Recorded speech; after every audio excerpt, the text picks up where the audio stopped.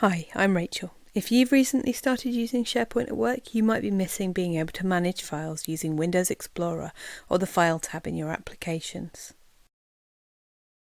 The good news is that using the sync function, you can work just as you're used to.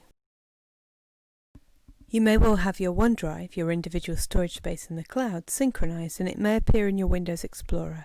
You can do the same with any SharePoint library.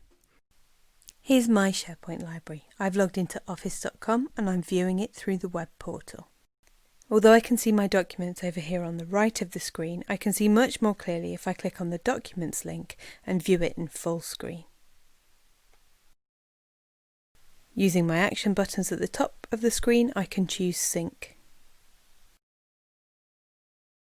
Although this is a SharePoint library, it will use the OneDrive tool to sync both OneDrive and SharePoint locations. After pressing Sync, I get a pop-up to ask me whether I want to allow the browser to open OneDrive. I'll say yes. Down in the bottom right of my screen, next to the clock, there's a cloud icon that shows you the synchronization symbol, 2 arrows in a circle. That's OneDrive synchronizing, which it will do every time you're connected to the internet. Over in Windows Explorer, I can see all of my SharePoint documents appearing under this new icon that looks like an office block. And now I can move and copy files in the way that I'm used to.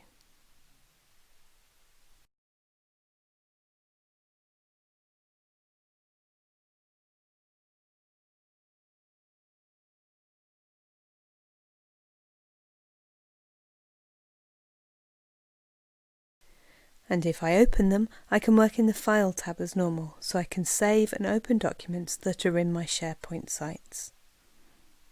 There's just one thing to note. The files here are reliant on an internet connection at the moment. I can tell that because of the cloud icon here in the status column. If I open a document, it changes to have a green tick for its status, which means that it's downloaded to this computer.